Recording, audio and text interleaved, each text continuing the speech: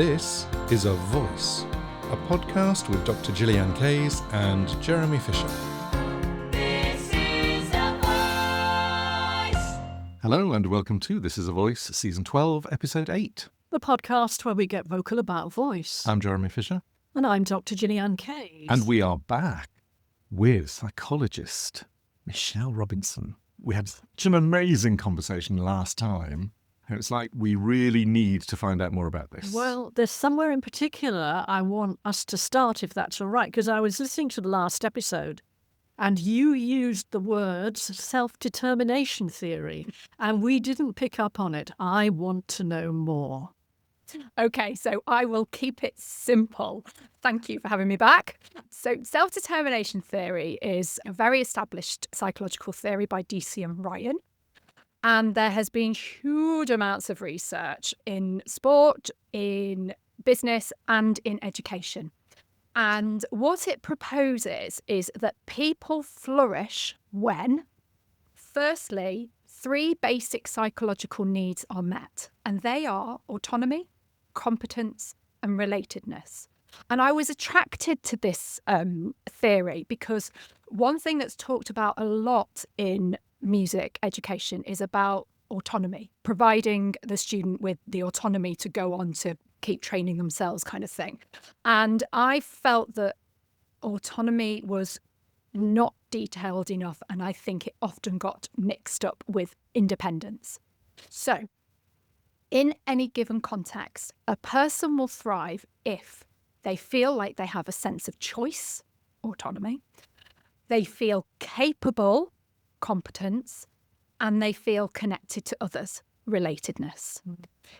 If those are supported, the research shows that leads to autonomous motivation, which is that innate motivation that you do it because you want to do it, you love it, you're motivated to do it. It doesn't mean that you don't find things hard and that you think, oh gosh, that's good, I can't be bothered to do that today. But you know why you're doing it, that it's helping you towards your goal, rather than external validation, which relies on, for example, the validation of others. And I don't know about you, but me as a singer, any external validation where I was told you're wonderful, that was enough for about 5 minutes. Yeah. Because it was never enough, was it? No, there was always more. Let me ask you something, because I think this is really interesting. How does these three elements of this self-determination theory, relate to our notions of expertise in, let's say, musical performance? Because there's a whole load of literature out there on that. Is it what takes us to that place of expertise, or just any thoughts you'd like to share? I'm curious. Yeah, so basically, if those psychological needs are met, and that leads then to the motivation, I think I'm correct in saying that creates a backdrop on which to work on those expertise, that development of what you're trying to achieve. So this is where, and I think it's really important to say that working on the relationship, working on needs, is not about dumbing anything down, I hate that phrase, but making anything nice and fluffy. That is not what it's about. It's about creating an environment in which you can work with that person in the best possible way for them to achieve. I mean, you've got to remember, I'm bringing this research over from elite sport. These people, these athletes and coaches, my God, they work hard and they work tough and all the rest of it. But if somebody has got their needs met and their relationship is high quality, there's a trust there that then means that they know how they can push their student and what they need to do in order to get them to be the best they can be. So I'm going to be devil's advocate, and this is good practice for you when you have your Viva. Absolutely. We could argue that musical performance is largely not competitive. Non-competitive, yeah. So what we're looking at with these elite sports coaches is, by and large, we do sport for pleasure, but sports are competitive. So are there any areas from those aspects of coaching and these theories that don't map across or need to be changed to map across? Yeah, that's the key difference, isn't it? With sport, it's very easy to show what excellence is by winning a competition, by getting a world record or whatever. It is far less easy to show what excellence is in music, mainly because a lot of it is subjective, Yep. you know? And I think that's possibly key because it is through somebody being truly comfortable and confident in their performance, in the way they deliver their singing, that enables them, I'm making this up on the spot, but enables them to be the best they can be. I never said that a lot, just thinking it through. If you think, Michelle, if you think about the idea that music is self-expression, Yes, then what they're I doing do. is expressing themselves yes, to the best of their ability You- at that moment. Yeah, Jeremy talks about maybe when he's working with someone on a performance, I want them to find their own best selves Yep. through yes. in the way that they deliver that performance. And you're really strong on that. It's one of the reasons why music is so, in a way, easy to do, and that's going to sound really weird, because there's always a version that will fit you. Yes. There's no one right version, no matter what the teachers at college say. There is no one right version. There are 58 right versions, and you could do any one of them. And in a way, the bigger goal, I think, for an artist is to be an artist, so that they are themselves as much as they can be. Or at the very least, they have a persona that is extremely polished and that they can live within for years. So if we break that down, what's needed in order for them to do that? They have to be comfortable within themselves. They have to feel that they are in control of what they're doing. Autonomy. They have to feel that they have the ability to do it. They know what they've got to do to produce, they know it on a technical level, but enough that they can leave that behind and start to communicate what it is that they feel about the song or about the story. And they need to feel that is going to be received well, that they're in a space that is going to love, that people are going to love. And that, look, but as a person, not as a PhD researcher or anything like that, as a person, I believe that good performance, good musical performance is soul-to-soul connection. Yeah. I believe that if somebody, and this is where I struggle watching orchestras, because what I really want, and I believe orchestras can do this, but why I love watching singers who do this, somebody who I know is singing from their soul and delivering everything they've got straight to mine, I just think is the most powerful thing in the world. And I feel like certainly classical music, I think that's the trick they're missing. Because it's only if we feel that connection with whoever's performing as an audience member, and more than that, you've got me started now, more than that, I'm hearing that person, not that voice, I'm hearing that person. Yes. Then I am moved, and I could sit and listen to that. As somebody with ADHD who struggles with sitting still, I could sit and listen to that for hours. I'm so interested by this. Okay, let me just break some of that down. What is so interesting is okay, I'm going to say what I think you're implying, Okay. and you can correct me on this. I think it's easier in contemporary commercial music to be that person, to be that soul who happens to have a voice. I think what can happen in classical music is that you become the vehicle for the music instead of for you. Yes. And there are some very rare classical singers who manage to do both. But I think one of the things that people love about classical music is the structure and the form, and not necessarily the singer. And that's, for me, personally, where it goes wrong, and I'm turned off by it. Well, we're going to have some interesting kickback. We certainly are. Yeah. Well, because and I feel like classical music has to move on, like it always did. Like all music moves on. It's like how do we reinterpret it now? And I'm not saying that the great things about classical music have to go as a result of that. I'm not saying about we've got to recompose all these kind of the canon.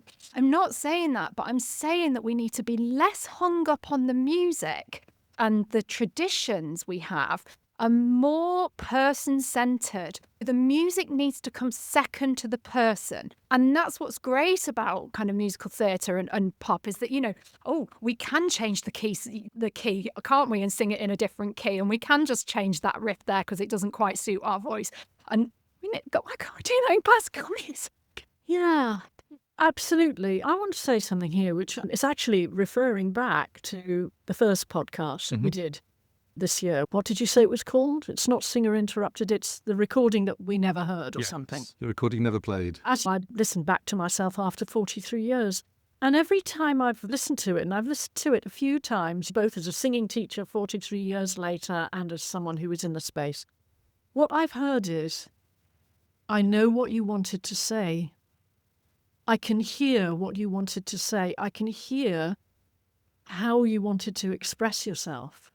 And in some ways, that's the thing that makes me saddest of all, because that was the bit that didn't get fulfilled for all sorts of reasons. And I think we know when someone is doing that, whatever music that they're singing, we can hear it. I think Yeah.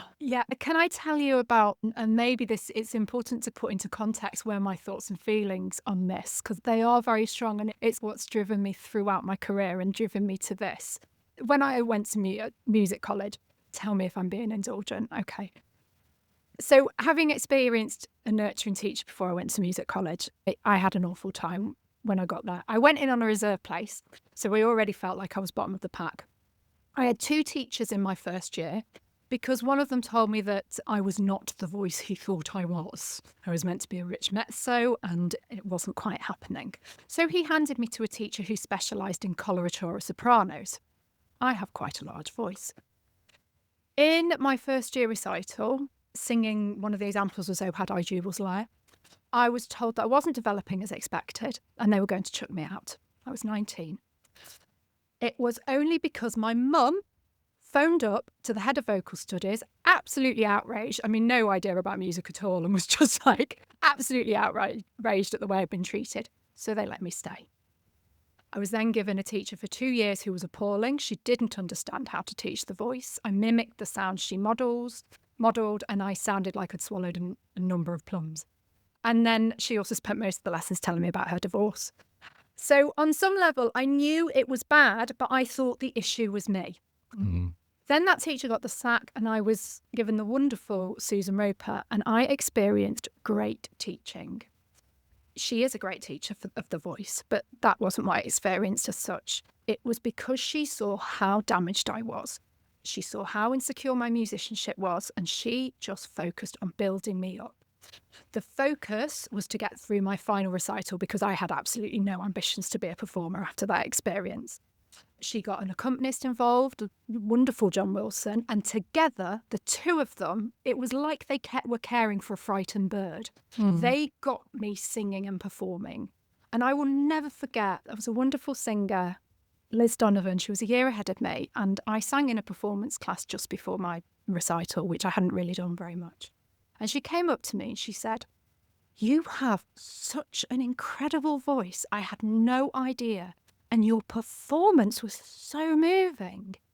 And I remember that comment because it was a moment where I just thought if I'd have had a different path, things could have been very different. And I think that when I talk about relationship and I talk about understanding the needs, as you do, of the singer, it was that.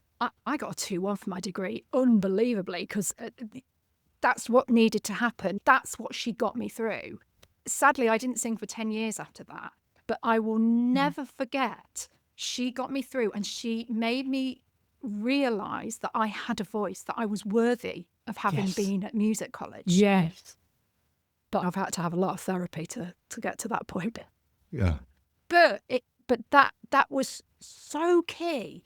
And that is the power of a teacher. Yes. Thank you for sharing that. I do think it is relevant, and I don't think you're being at all self-indulgent. Yeah. And it feels like, similar to me, that this is why you've come on the journey that you're on, and that you've taken that passion for sharing that started with the vocalization of sharing. You've taken it into uplifting what people do and facilitating other people, which I think is fantastic. I think it's also a beautiful example of your teacher recognizing the person Absolutely. and seeing where you were and taking you from where you were, not what they expected you to be or what they felt you ought to be. Or the voice they thought they'd taken on because they thought they'd like to work with that voice. Because that was going to be easy.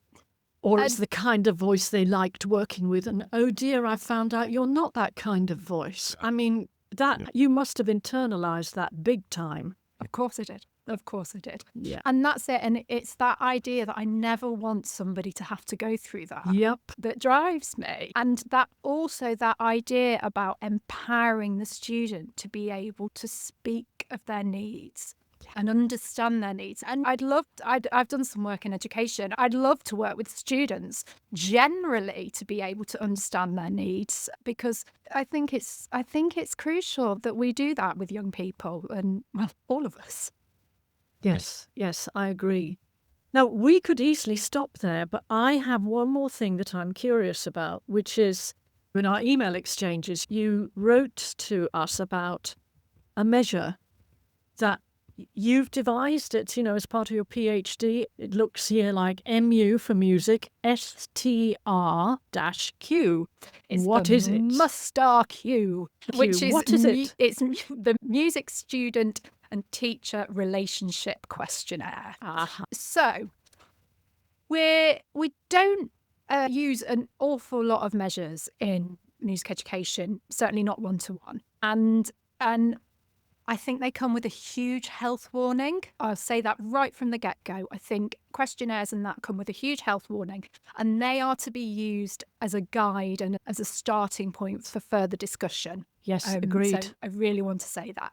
Mhm. But the thing that also we're not great at is we're not great at researching and evidence-based practice, because we haven't got the mechanisms by which to train teachers.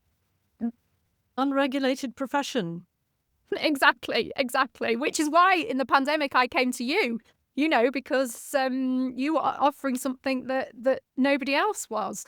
But yeah, so I think we do need to be thinking about working in a more evidence-based way. And what I hope as a result of my research is that there's a knock-on effect and there's more research and people get used to taking part in research, because getting participants was really very hard. So it's so important. This massive community of what we call the independent voice teachers, not the people who've been researched within higher education, but all of us other teachers out there doing our thing. Yes, and if you're a singing teacher out there, you have no idea how important it is for you to take part in research. Yeah, and this isn't about judgment. And I think, because I do think, sorry, I know I'm interrupting your train of thought, but I do think this is one of the obstacles. Because we're an unregulated profession, we want to keep our status, we want to keep our students. So the idea of a vehicle being used to see what we're doing and to find out more about it it's blooming frightening for lots of people. And I get it. I really get it. That's it. But it's trying to reframe it for them, isn't it? That this is about supporting you. This is about, I think, a singing teacher has an almost impossible job. They're wearing so many hats. And I understand why they're not doing research, because it's just another thing to do. Yeah. But yeah, I think it's trying to get that message out that we need this. We really do for their own protection.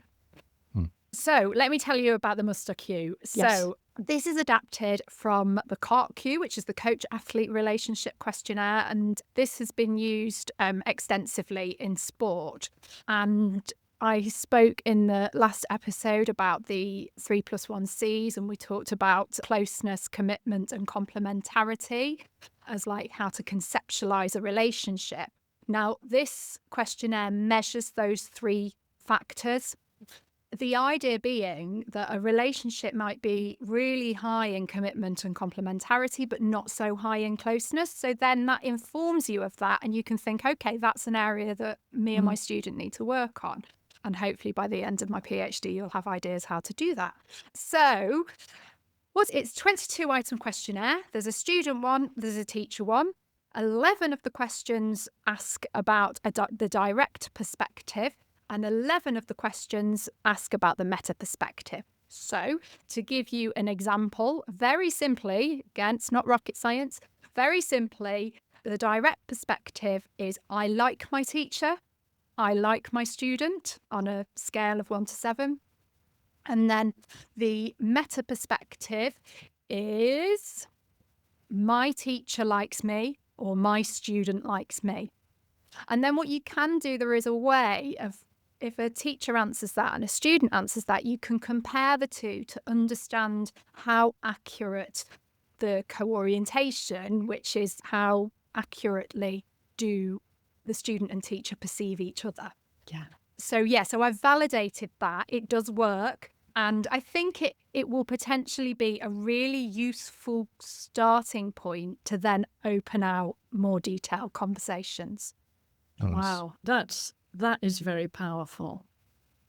I'm very excited. When are you going to be published? Because I know the PhD, I'm guessing you're close to the finishing line. Where are we? So gosh, I shouldn't say, saying it out loud makes it real. So I am hoping to be finished kind of January 27. I'm hoping that's finished. Okay. I'm hoping to have all my data collected by the summer.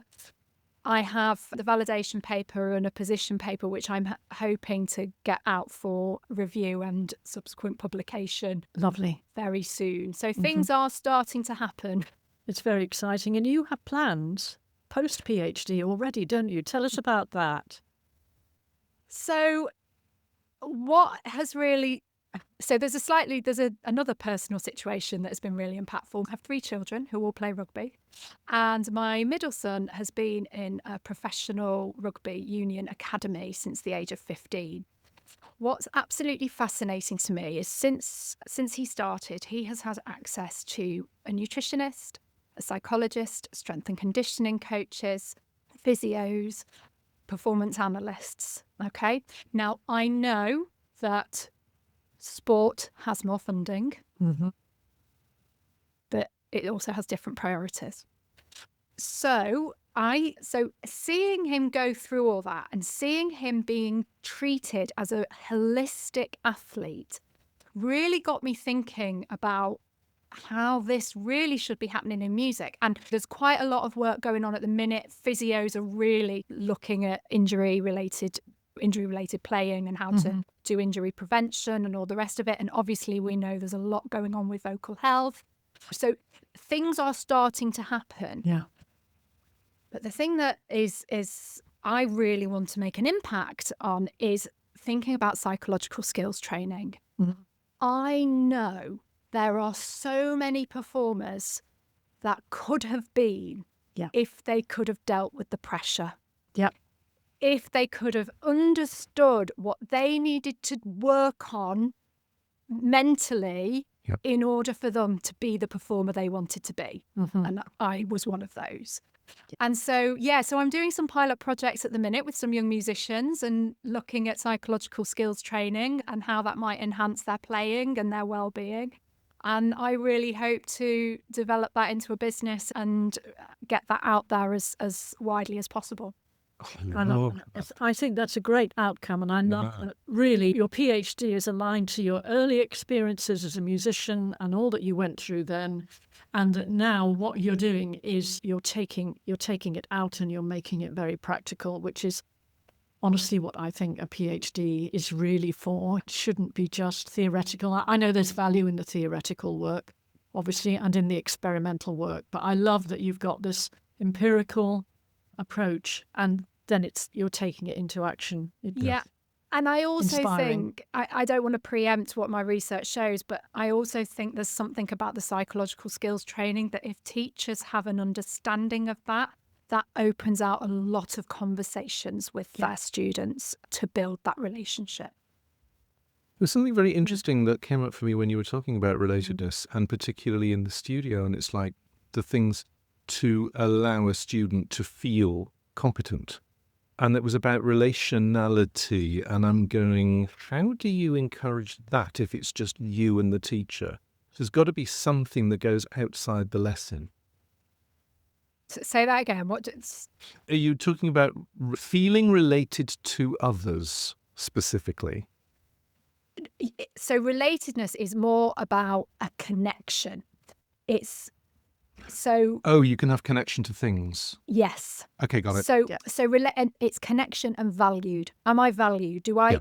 Is what I'm bringing to this space wanted? Yeah, great. Yeah. Whereas relationality is to do with the dynamic of the relationship Yeah, between. it's the Yeah. relationship as a whole. Yeah, Got it. it's really nice. I like it. I know that what we do and what we've done with teachers is really along these lines, but I love that yeah. there's a solid framework Mm. here that we can refer to, so then people can develop the skills in a much more conscious way rather than, relying on just their human skills. Yeah, it's this idea that it doesn't matter what your personality is, you can still develop a You can relationship. I like that. That's really important. Yeah, because as well, it's about, if you think about an introverted teacher, just thinking it out loud, it's so useful to talk these things over. But if you think about an introverted teacher, a student needs to kind of get used to that. If they're coming from perhaps a more extroverted teacher, it's not that an introverted teacher is wrong, but it may be that they're just not as performative with that student. And as long as a student knows that, it doesn't matter how that teacher shows their approval of what they're doing or whatever, but the student has to know them well enough to that's how it is, that's how it works. Yeah, I'm sort of as waffling an a bit. introverted teacher, I can relate to that, having had people who are like just getting impatient because they just want to go back and go over the song again. And I'm just neatly unpicking things and analysing because I'm looking for the thing that will make a difference. That's it. Yeah. And it's how you open about that, How with you them articulate it. in Yeah. a way that they then understand that it's Yeah. you're doing it for their own good, and isn't it interesting? Yeah. It's just the sentence came to me is, do you want to fix it or do you just want to sing? Yeah. It has been so good talking to you. We have had an absolute ball. I think I've it's loved watch it. this space. You have to Space. keep us posted on progress. I will do. I will. Please. And thank you for having me and giving me the opportunity to start putting these ideas out there. Oh, you're so welcome. We'll see you soon. Bye.